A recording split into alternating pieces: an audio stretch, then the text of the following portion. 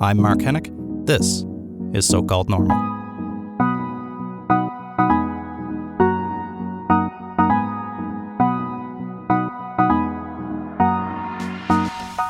Hey folks, welcome to So-Called Normal. I'm Mark Hennick. Today on the show we have Martin and Farah Perelmuter, or Perelmuter.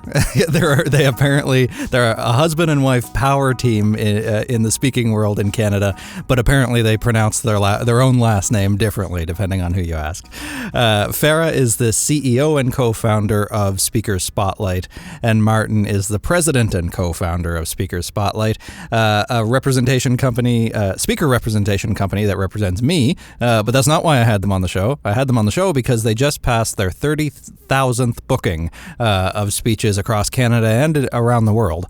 So we had a great conversation, I think, about the speaking industry, about getting into storytelling as a career, as a business. It's something that I'm fascinated in, given that it's basically my full-time gig now, and it was a real privilege for me to be able to unpack that further with them, and how they balance that, being a married couple running a successful business, seeing each other all day and all night while they raise their family and look forward to next steps. So here's my conversation with Martin and Farah Perelmuter and or Mutter on So-Called Normal.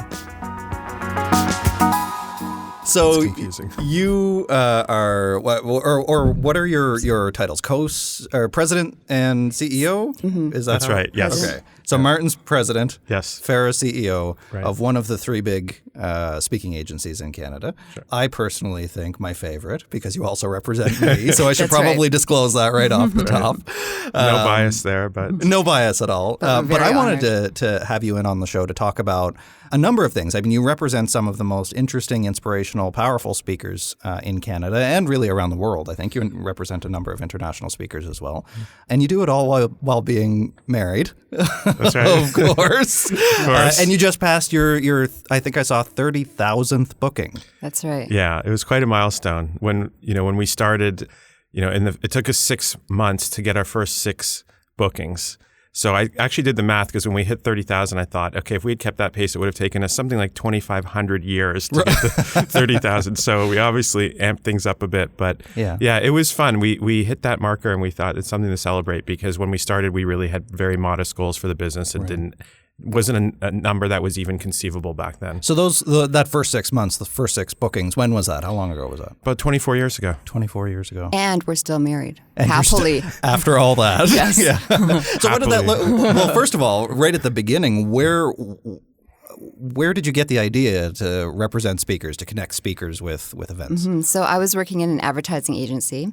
So I was about 24 years old, and my uncle asked me if I can work on his promotional materials because he wanted to become a speaker. Mm-hmm. And I said, absolutely, I would love to, but what's a speaker? Right. So was the speaking industry, quote unquote, you can't see my air quotes on the mic, but was that a thing at the time? Was it?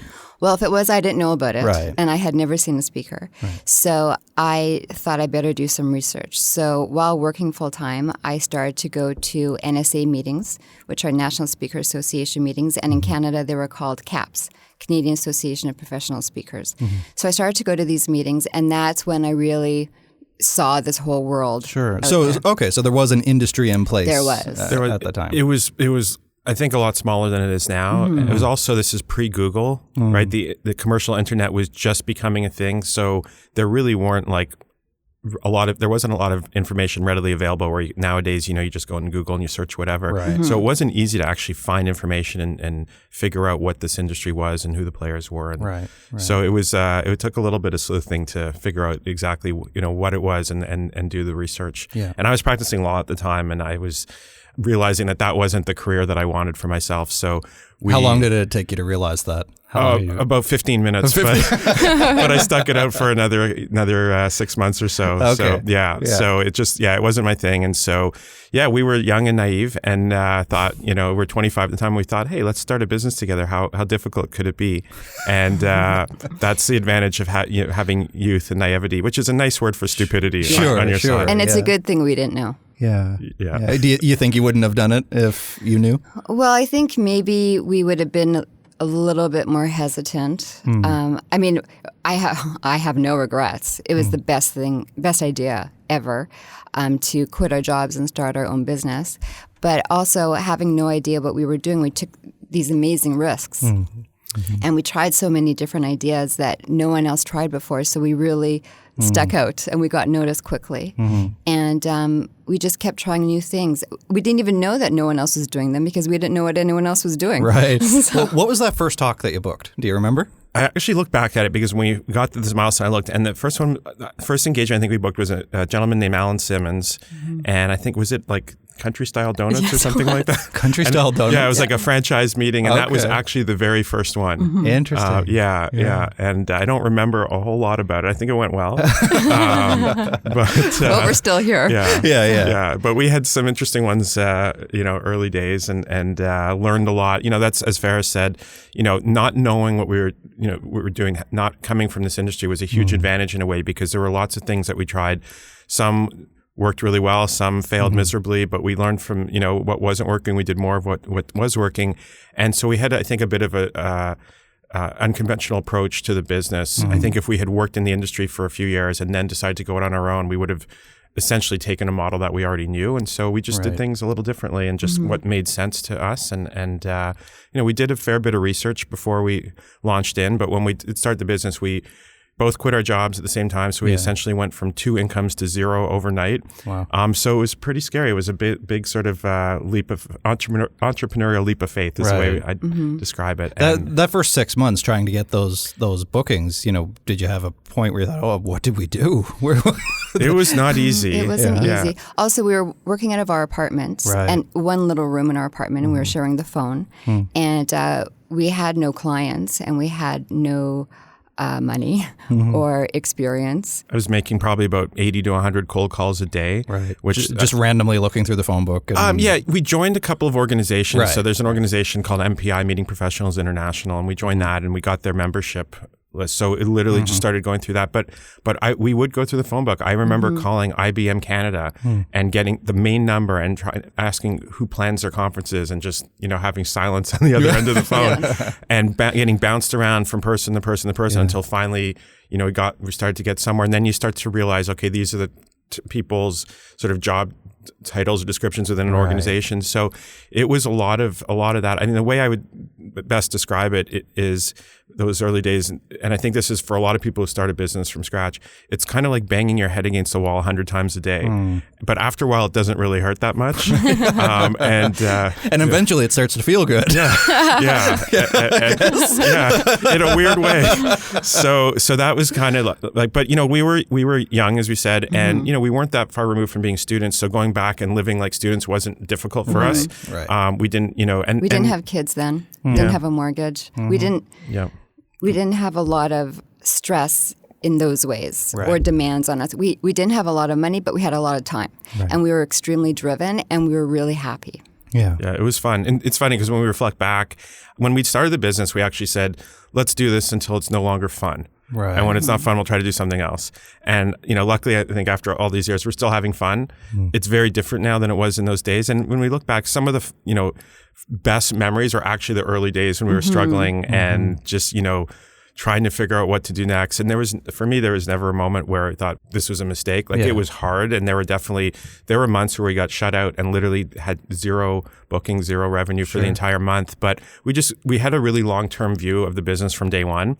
So we weren't really worried about what our monthly or quarterly results were. We had a much longer term goal in mind, and we knew that we were laying a foundation. And even though, we would not measure our success based on how many bookings, it was, how many relationships were we forming? How many people were we connecting with?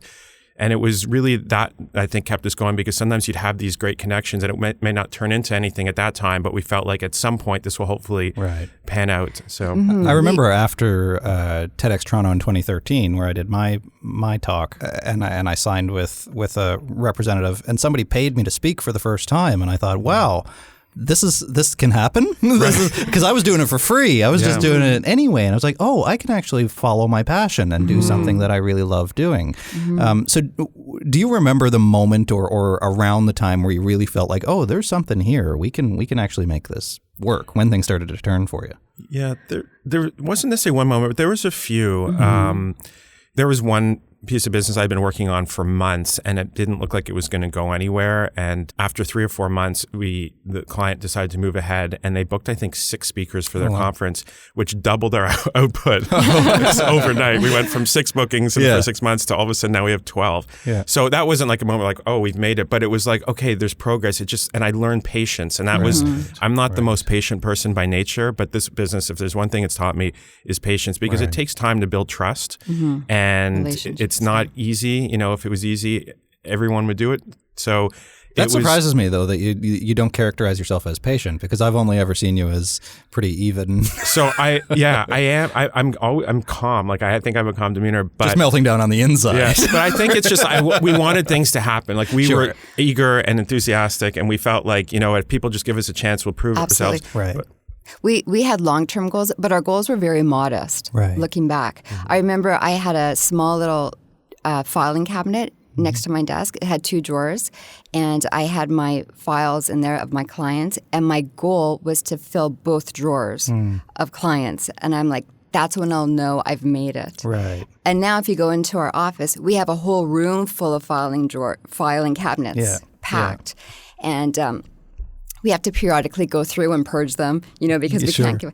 And so back then, we would never in a million years imagine where we'd get to. Yeah. So it was very steady, organic growth. We never borrowed from the bank money. We never borrowed from our parents. We never went into debt. So we really wanted to do it very steadily, organically. As you reach those goals, are you great? I'm sure you're grateful, but is it a thing where you feel good about that, or are you always setting new goals to try to reach? I guess I'm wondering if you're content with the success that you've reached. Definitely not content. Yeah. I think you've got to continue to strive forward, and the business changes, the industry changes and evolves, and I think you just have to continue to try to obviously stay relevant, be ahead of the change if you can, and anticipate where things are going. So I think for me, as soon as we, sort of rest on our laurels and feel like, oh, we've made it, that's probably the beginning of the end. I think so. Also, I think that's what makes it really fun. Yeah. Right. And the challenge of it. Also, by working with all of our incredible speakers, they really make us creative, and they inspire us. And you can't help but continue to grow as you work with these fascinating people. So it just happens. Well, speaking of fascinating people, you represent some pretty big names. Clara Hughes in the mental health world, of course, is a big name, but also Chris Hadfield, Simon Sinek, Neil Pasricha, he's been on the show. You represent some really great names. Who have really impacted you? What are some of the talks and people that you've worked with over the years that really left a mark on you? Well, one person who pops into my mind is Margaret Trudeau. And she really took a chance on us when we were first starting out in our little apartment. Oh, really? She's been with you for that long? For over 20 years now. Yeah. Wow. Yeah. And I remember she came over. Looking back, it's unbelievable that she took a risk on these 2 young 20-something-year-olds. Yeah. And she came over, and so she was sitting in our little living room with us. She came to your apartment? Yeah, to our apartment. The home office, headquarters. Yes, the world headquarters.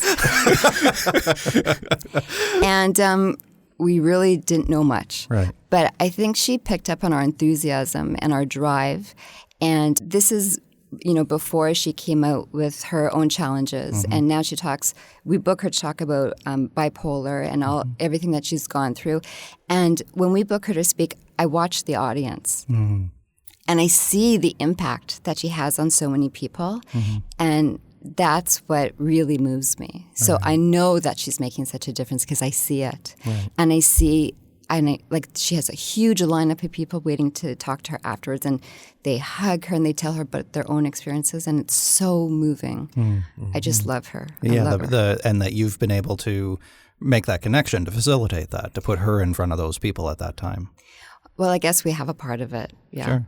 Yeah. That's the best feeling, I find. Yeah. For us, being in front of the camera, in front of people is not where we're comfortable, or at least I'm not where I am. I'm very comfortable being behind the scenes, being the one helping find the right speaker, make those arrangements, and then being at the back of the room and just watching, the magic happen. Because if you get it right and you get the right speaker in front of the right audience, right time, that's when, you can feel it in the room. You can feel the impact it's having in the moment, and then, the potential for long-term change, that people may hear something that they might apply to their life or their work that could have a profound impact. How important do you think it is? I mean, Margaret Trudeau now in particular, because she's doing so much more now. She's having a real renaissance. Not that she ever really went away, but especially 20 years ago too, when it was closer to her then husband being prime minister. How important is it to have a big name like that when they're telling such vulnerable stories? Are people coming for the name? Are they coming for the celebrity? Or is it really the story that affects them? It's often both. It depends on the type of event, but it has a huge impact. I mean, another speaker in the mental health field that I feel has had a profound impact on me as well as the audience he's spoken to is Clint Malarchuk. And the reason I think, there's a number of incredible people we work with, but Clint is a former NHL goaltender, tough guy. If you go on YouTube and watch clips, you'll see clips of him fighting other goalies and other players. Like most goalies weren't great fighters. He was a tough guy. And he grew up, in rural Alberta and just, as a cowboy. And he was someone who never wanted to admit that he needed help in anything growing up. And he had a lot of challenges. I mean, he had severe anxiety, OCD, depression. I mean, he dealt with a number of things and then had a horrific accident on the ice that's widely considered the worst accident in any sports ever. I would not recommend going on YouTube and looking at that. It's pretty horrible. Yeah. But he now, his purpose, he defined his purpose in his life of going out and sharing this message of all the things that he's overcome and dealt with throughout his life. And I think for him, it's really powerful because as a man, as a kind of a tough guy who's never one who would ask for help, he admits that he couldn't get through it on his own. And the only way to get through it is to seek help and is to surround yourself with good people and get the type of help that you need. And I've been in audiences, I've seen construction audiences where it's typically like burly middle-aged guys who are tough guys who are all of a sudden you see them wiping their eyes and kind of pretending like there's something stuck in their eye maybe or what have you. But he shared emails with me from attendees.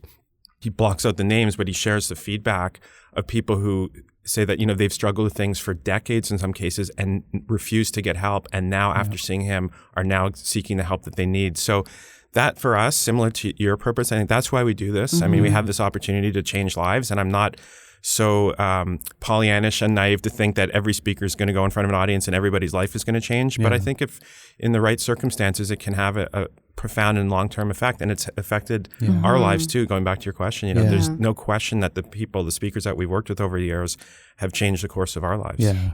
It's interesting because we work with a variety of speakers from many different types of business speakers, a real breadth of topics. But it seems that the most requested topic is mental health right now. That's interesting. Yeah. And when did you see that starting to pop as a trending topic?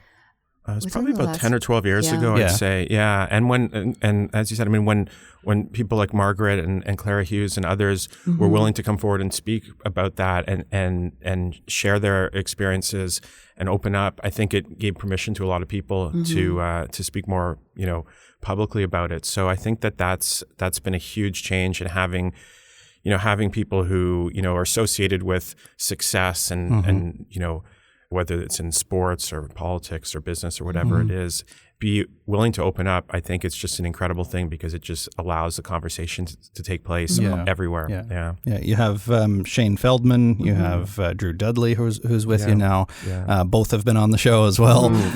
What makes they're great speakers. I've had the great privilege to see them live as well. What, in your opinion, makes a great speaker, a great storyteller on stage?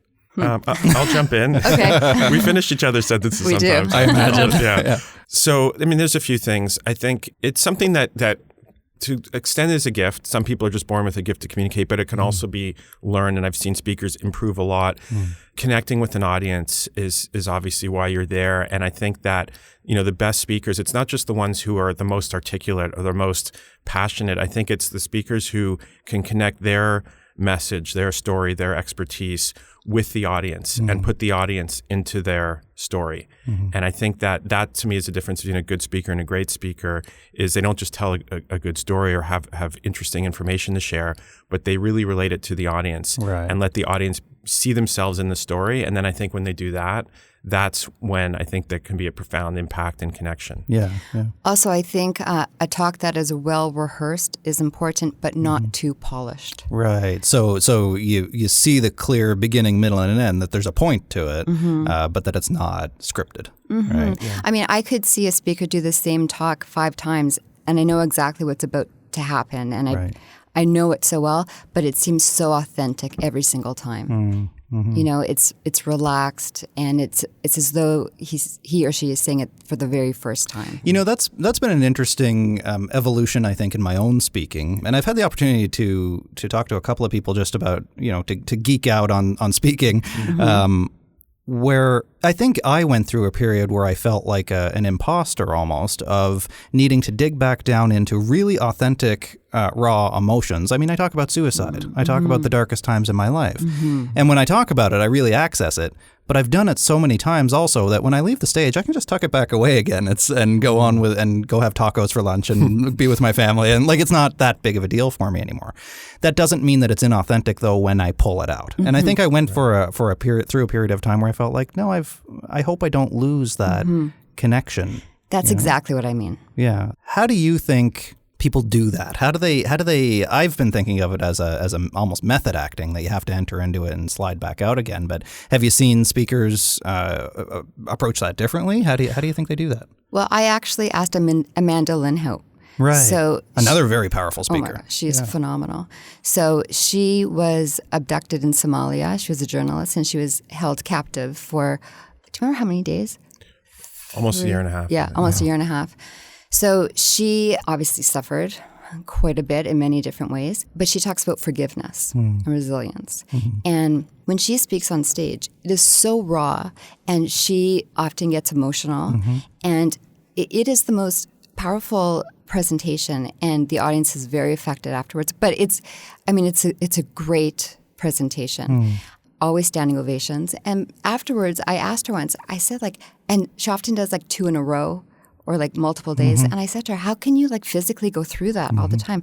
And she says often it's catharsis, and she wants to do it, and she needs to do it, and she knows she other people need to hear her story and her message. Right. So you she do wants feel to it. do it. Yeah, I think you do feel it build up when you haven't been on a stage in a while. At least I have. Yeah. Martin probably knows when he starts getting a lot of emails from me every day. Oh yeah, we should probably put him on a stage sometime soon.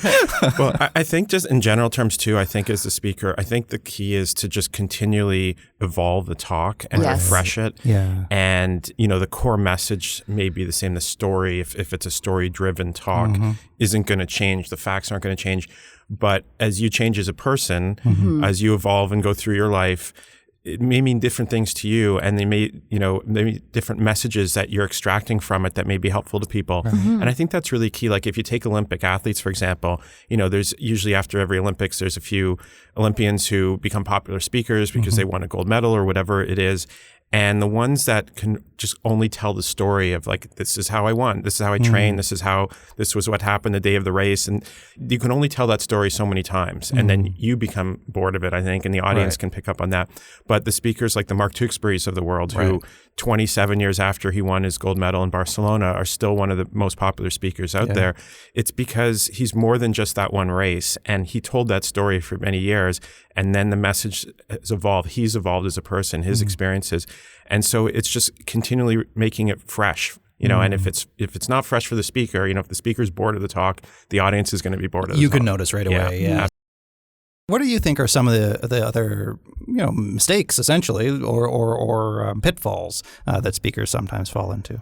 Well, I can tell you one mistake I think some speakers out there make. Not our speakers, of course, other speakers. We wouldn't let that happen. Well, a pet peeve of mine is selling anything from the stage.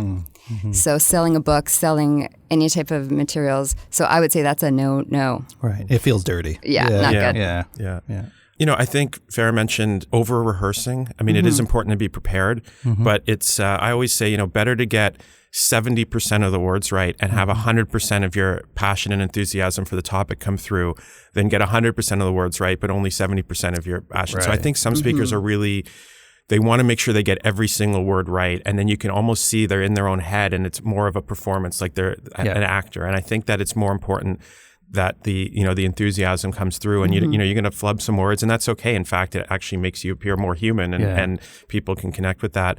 And just, being true to your topic. Well, we get a lot of speakers reaching out who are interested in doing this. And, so what's your topic? Like, well, what do you want me to speak on? Right. And it's like, that's not the approach. I think you've got to speak to what, is your expertise is, or what you're passionate about, and not worry about whether that is a trending topic at any given time. And if you know your stuff, you don't have to really rehearse as much, I find, because you know your stuff, right? Yeah. You got to be able to be coherent with it, but... Yeah. And stories trump data. I mean, it's important to have data. It's important to have facts. It drives me crazy when speakers go up and they don't really have any authority or expertise on a topic, and they're just throwing things out there. And it's like, where is this information coming from? Right. So it's really important to be, as a speaker, to either be grounded in your own personal experiences. That's one type of talk, or research or expertise that you have, or a combination, which I think is one of the things I like about your talks is it's personal experience, and it's also backed with your experience working in the mental health field. Right.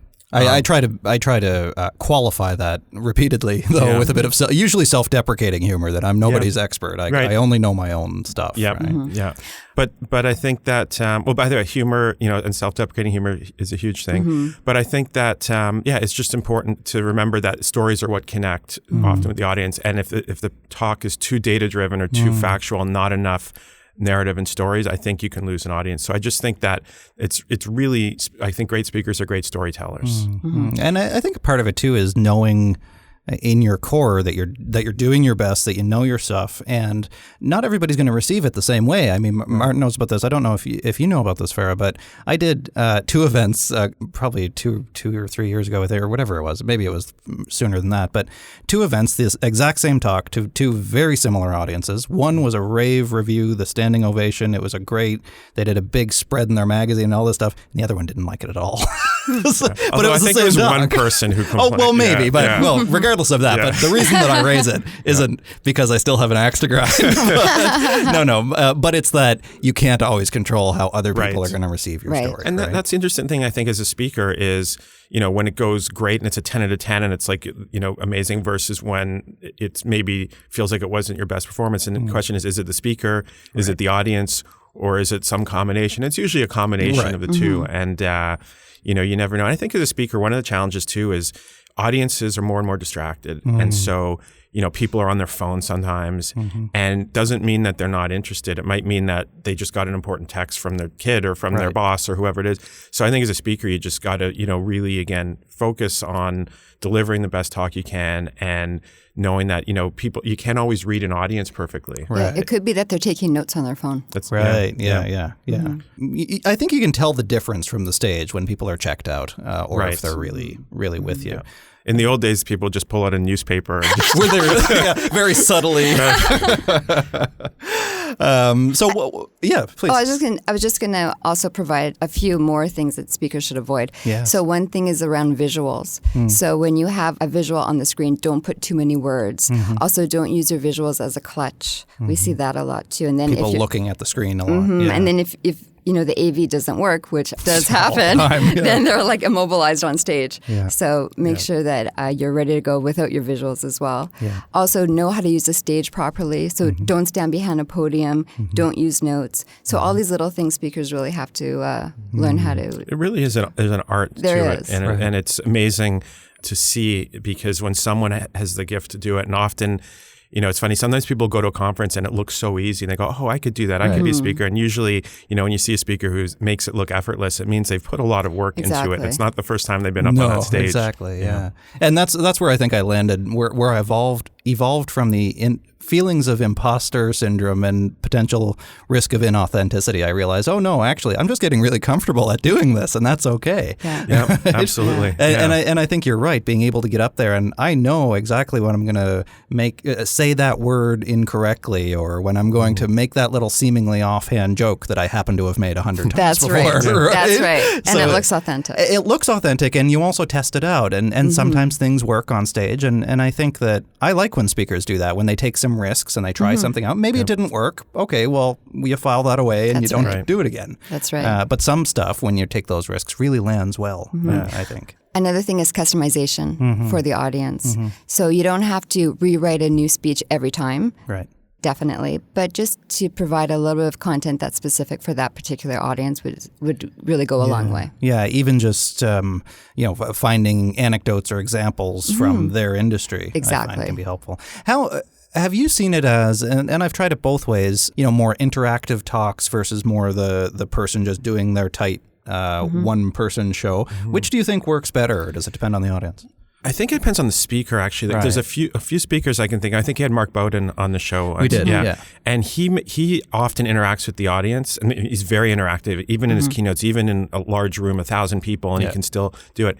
And he just has that ability to go in and interact, and then bring everybody back and to him when he goes back on the stage and continues. And so that is not easy to do. Like, he has incredible command of the stage and of the audience. But I think for a lot of speakers, if they try to make it interactive, they can lose the audience. Like, everyone starts doing their active exercise, and then, good luck trying to get 800 people to focus back on you. So I think it's not an easy thing to do, especially in a large audience. It can be effective, but I think it's a unique skill. It's more of a facilitative type skill. And so for the most part, I think especially, again, if it's a larger room, larger audience, it's probably better, more effective for the speaker just to do sort of the monologue type thing from the stage, and then maybe have some Q&A or something afterwards. Yeah. Do you think that there's, or I've noticed, but I don't know if it's just me, is there a stigma against the quote unquote motivational speaker, the Tony Robbins type speaker? It seems like that's a dirty word too, right? I've never been that comfortable with the term motivational speaker. And someone says, what do you do? I'm a motivational speaker. I don't really know what that means. Yeah. Inspirational is better. Yeah, you like inspirational speaker when better. there's like a story behind them. Yeah. And so I think, and it does, there's this image that for some people come up of the sort of Tony Robbins type person who's up there, and it's a lot of a lot of energy, a lot of hot air in some cases, maybe. I don't know. But some people like that. Yeah, some people love it, but I think to me, like a speaker of substance who has something to say, like that's the most motivating thing to me, is learning something new and having someone be able to share something that something clicks in your head and you think, oh, I think I know where I can apply this to, whether it's personal life, professional life. Yeah. To me, like those are the most motivating speakers, are the ones who share new ideas that kind of spark something in your brain. Right. Yeah. And I think it depends on, what the audience, even down to the individual member, wants. Do they want to be motivated? Are they paying to be motivated, or are they paying to do something else? Yeah. Right? And the question is, what does that even mean? Like, that's the sort of generic criticism of quote unquote motivational speakers, is it's kind of like the Chinese food metaphor where, you fill up on that and then you're hungry an hour later. Right. Oh, I've never heard that before, but that is interesting. Yeah. And so I think, to me, the whole point of the talk, it's not, if it's just energizing for an hour or so, that's just entertainment to me, really. Right. But if it's really going to be truly motivating or inspiring and have a long-term effect, then it should plant some seeds. And again, it's up to the individuals. A speaker's not going to change anyone's life in an hour. Right. They can just plant some seeds, and then it's up to the individual to take what they've heard and learn and hopefully find ways to apply it to their lives. Yeah. So we've talked a lot about speakers, but on the client side of things, what's some of the feedback that you've gotten from clients or audience members? You mentioned that briefly, that you really connected with you, and you knew that you were doing good work. Oh, it's interesting, the hurricane and the letters you would get. Yeah, well, it kind of goes back to a question of speakers who inspired me. So Reuben Hurricane Carter is one that's really inspired me. And, he was a African-American boxer who was arrested and convicted of a triple homicide in 1966 in New Jersey, Paterson, New Jersey, and spent 22 years in prison and was eventually freed and exonerated. And, the impact he's had on me was huge. He passed away a few years ago, unfortunately. But the feedback we would get from audiences, and that's what makes it all worthwhile to me, is just seeing the impact that a speaker can have on an audience. And it's different depending on the speaker. Sometimes it's individual people in an audience who are just moved by the speaker. But we see our clients as the speakers as well as the organizations or companies hiring the speaker. And that's obviously, at the end of the day, there needs to be some type of ROI, some return on the investment of bringing the speaker in. And it's amazing when, you get feedback later of, a speaker came in and maybe a business related topic. And then when you're following up with them later, you're hearing that actually this person made an impact, and we're taking, this approach, whether it's to sales or marketing or leadership, and it's actually having an impact on the organization and whatever the goals that they were. If it's a leadership meeting, maybe it's engagement levels within the company are lower, and someone can come in and deliver some content that's going to help the leaders be more effective in engaging their teams. And then you hear later that it's actually been a huge improvement in that. And so those are the kinds of things that from a business point of view are really rewarding, because again, it's not, we don't see ourselves as slot fillers. Right. We don't see our job as someone has an hour to fill at a conference and we fill that hour. We really look at the impact that it can have on the individual people in the audience, as well as the organization bringing the speaker in. And so again, every organization has different goals and objectives and challenges and opportunities, and any way that we can help them with that, is a win for everyone, I think. Yeah, I always ask in the conversations that we have before an event with clients what their intended outcome is. If they want to, I do two essentially very different types of talks. One is an information-based one, and the other is more of an inspirational one. And so that's what I asked them. I said, do you want your people to feel something or think something? Because those are two kind of different approaches as a speaker, I think. And that's the most important question. I always say that I think Stephen Covey, begin with the end in mind.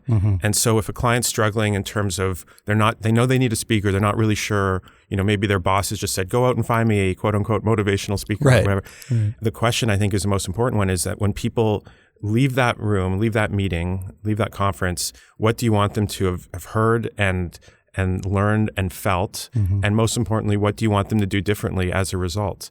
And when you can get that objective clear, then it becomes a lot more obvious to us in terms of, this would be the speaker or the 2 or 3 speakers to recommend, because the topic might be leadership, and sometimes we get requests where the client says, we have a conference and the theme is leadership, and there's thousands of people who speak on that topic and in very different ways. So it's really understanding again what the objective is, and I love that whole idea of sort of begin with the end in mind. What do you want people to do differently when they leave? And then work back from that and help them, sort of recommend the speakers that we think will best achieve those goals. Yeah. How do you, now you also, in addition to working with all these speakers, you don't do this by yourselves, of course. You have a fairly large staff of people in your office. Fantastic staff. Right. And that's been my experience as well. They're all amazing, everybody that I've encountered so far. So how many people do you have who work for you? 35 now. 35. And when we started, by the way, we thought best case scenario, like if things go better than we could possibly imagine, we thought maybe one day we'll have 3 or 4 people working with us and we'll get it out of the apartment, move into a real office. So never had, it was never really a goal to grow a bigger team. And it happened organically, as Farah said. But it's been one of the best things for me about this whole journey is just seeing people develop and grow and have opportunities to play to their strengths. And that's been a really, really amazing part of this. So how do you share your enthusiasm for this industry and all of your experience over the years with your staff? How do you get them, to be able to communicate with clients in the way that you did from your apartment all those years ago? Well, they may say we have too many meetings. I mean, I think part of it is just genuine enthusiasm. So to me, we shouldn't be representing any speakers that we don't really believe in and are genuinely enthused about. So I think that to me, like I always say, like I had no sales experience of any kind before this business. My only previous jobs were lawyer, as I mentioned, where I had no responsibility to bring in business. I was just a grinder, basically. And then prior to that, Little League baseball umpire and camp counselor. So do any of those skills come into play now? Not really. But the thing is, so I think that for me, like if I had to go out and sell, I don't know, life insurance, I'd probably be terrible at that because I don't necessarily understand. For me, I understand the benefit of it, but it's not something I'm really passionate about. Right. But for this, what we do, I'm really passionate about it. So I think the key is finding people who really love the business because, we've interviewed a lot and hired a lot of people over the years, and that's one of the hardest things with any business is finding and keeping great people. And I think one of the things I've learned is it's the people who love the business, who believe in what we're doing, and the impact our speakers can have, how we can help our clients. You can teach the skills in many cases, but if they have, it starts with that enthusiasm and that belief in why we do what we do and the impact it can have. And then, we've never done any formal sales training, for example, with salespeople, because I've never had any formal sales training. Right. So I think it's just everybody, there's ways, everyone has a little bit different way of doing it, and it has to be an authentic way of communicating, and that's on the sales side. And then same with all parts of the business. It's just, we're dealing with human beings. At the end of the day, our product, if you will, are human beings, people telling their stories and sharing their expertise. But all of our clients, whether they work for a huge multinational company or a small nonprofit, you're dealing with a human being. At the end of the day, it's one-on-one connections and treating people well, and treating regardless of whether they have a huge budget and a huge event, or it's a community group and they're, putting together a community event, and they really don't have a huge budget, but they want a speaker to come in and speak. To us, it really doesn't matter. It's you don't treat one group better than the other. You treat everyone the way you would want to be treated, and that's I think been the key. Yeah. Once a week or so, we have a speaker come in to tell us what's going on, their new topic, a book they're working on, sort of a behind-the-scenes look at what speaker's working on. We invite our entire staff to come into that meeting, and we actually videotape it, and it's on our website. It's called Inside Our Boardroom. So everyone, and there's a Mark Hennick episode of There Inside Our is. Boardroom. Look on the website. Yeah. So everyone can see a part of it.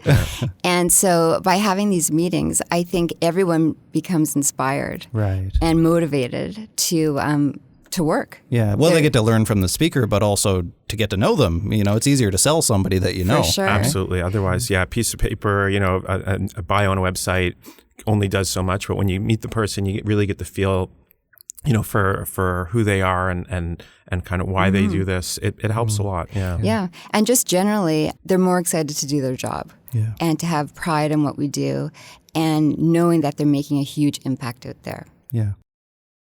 Yeah. So now, how do you divide the workload between both of you? Do you have defined roles? I mean, you're the CEO and you're the president, but what does that even mean? Farah's the boss, basically. She's okay. There we go. At home and at work. Well, I was just going to say, but what about at the office? No, it's a really good question. And so this is the only, we're not experts in couples working together, although I guess we've had a lot of experience. And I think we learned early on, we had to separate our roles. So at the beginning, we were kind of both doing essentially the same things, and we have very different skill sets and strengths.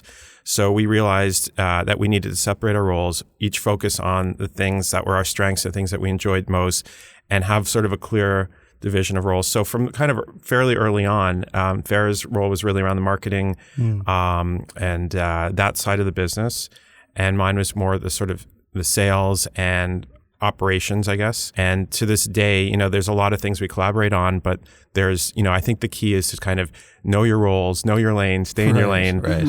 And the same thing with our whole team really is, you want to put people, I think, I love the Jim Collins metaphor of the bus, right? And you want to get the right people on the bus, the wrong people off the bus.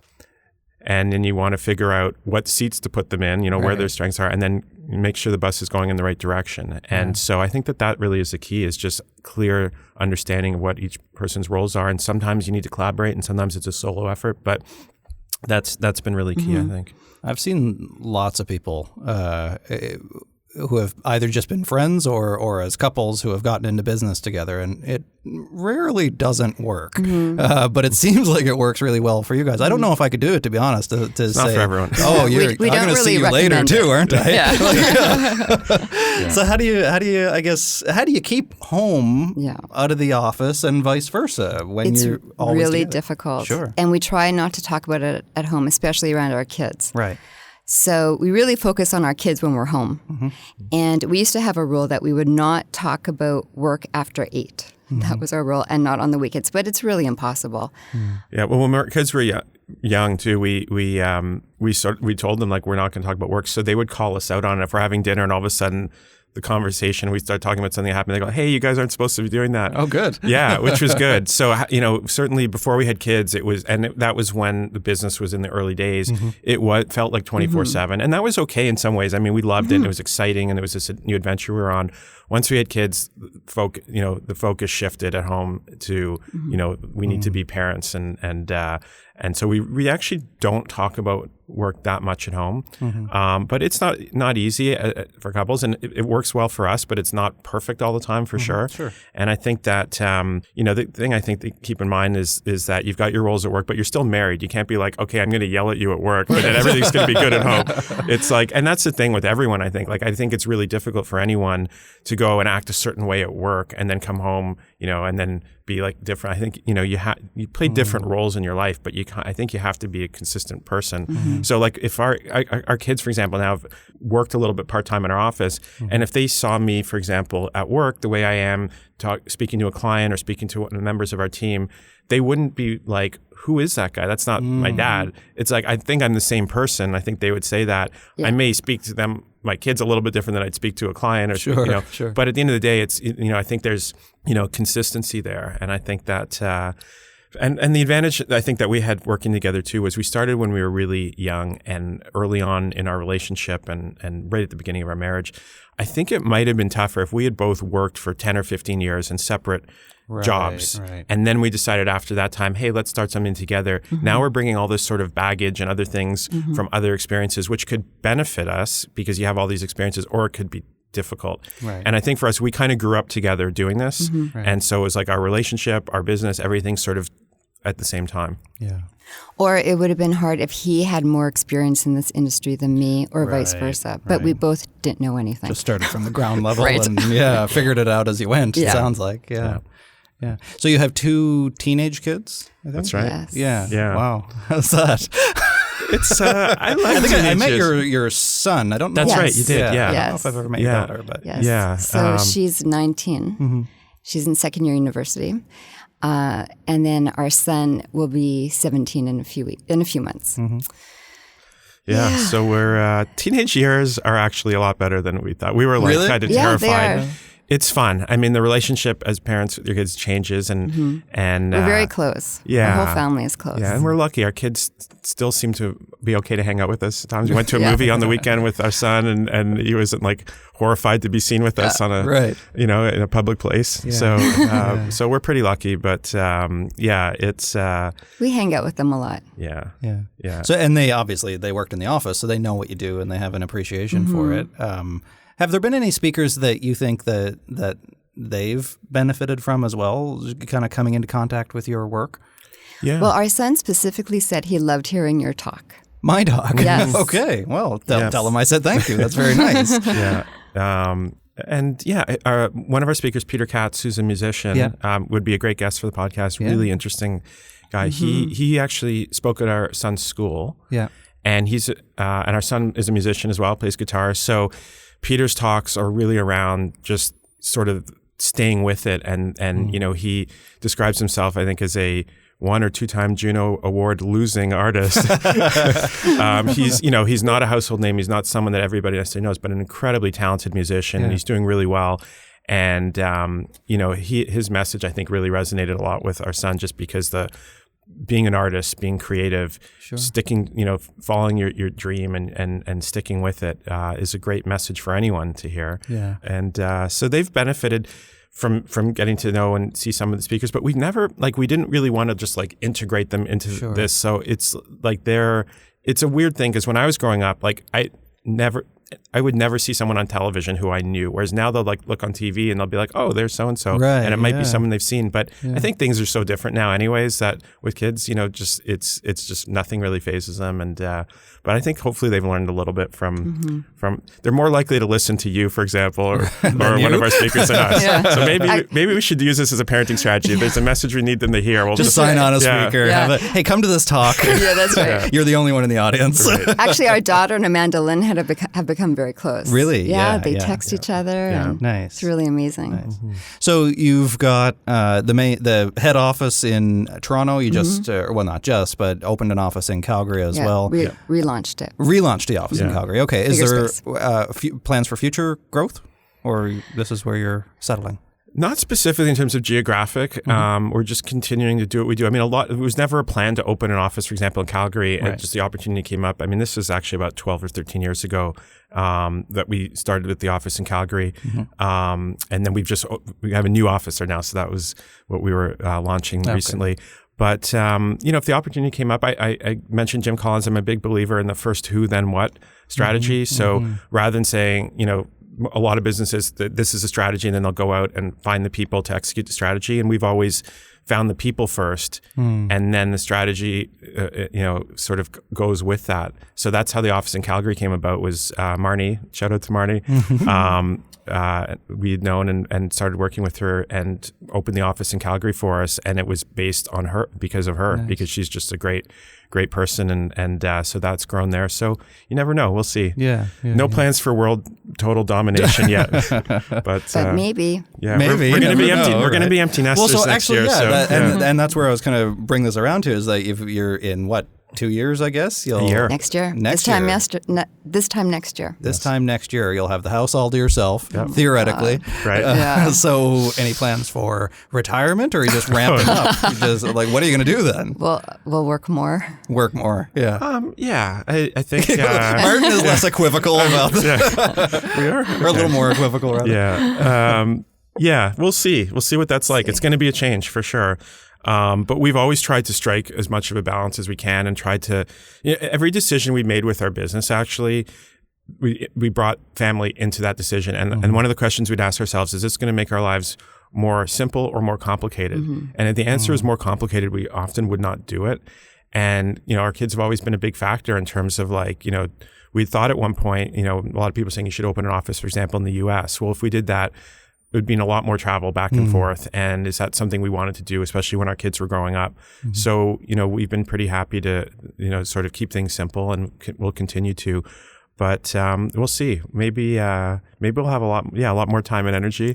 But open an office in Hawaii or Santa Monica or somewhere nice. Yeah, somewhere exactly. Beach office. Exactly. Yeah. But that'll be an interesting. It'll be a new phase of life for sure, and it'll be bittersweet, I think. Yeah. Hard to imagine. Yeah. Well, you won't have to soon, and I look forward to seeing what you do with it. I'm so grateful that both of you came in, but also that I've had the privilege of working with both of you for the last, I guess it's been 2 years or something that we've been working together. So, I went through that transition myself just a couple of years ago, saying, you know what, I'm going to quit this big fancy job and go off and do the speaking and writing thing full time, because that's what I'm most passionate about. And I wanted to do more of what I love to do and less of what I didn't love to do. And you guys made that possible for me. So I'm really grateful that you came on the show, but also that you've done that for me. Well, thank you. Yeah, we feel so honored to work with you. We really do. Yeah. And thank you for all the work you're doing. Thank you. Well, it's been a pleasure to have you. Thank you both.